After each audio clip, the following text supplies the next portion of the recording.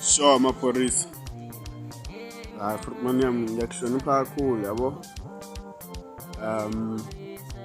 Ngicabanga ukuthi asikaze sabonana. Akwazwa ngibona ever before. Asazani. Singasikhulumi futhi. Awungazi at all.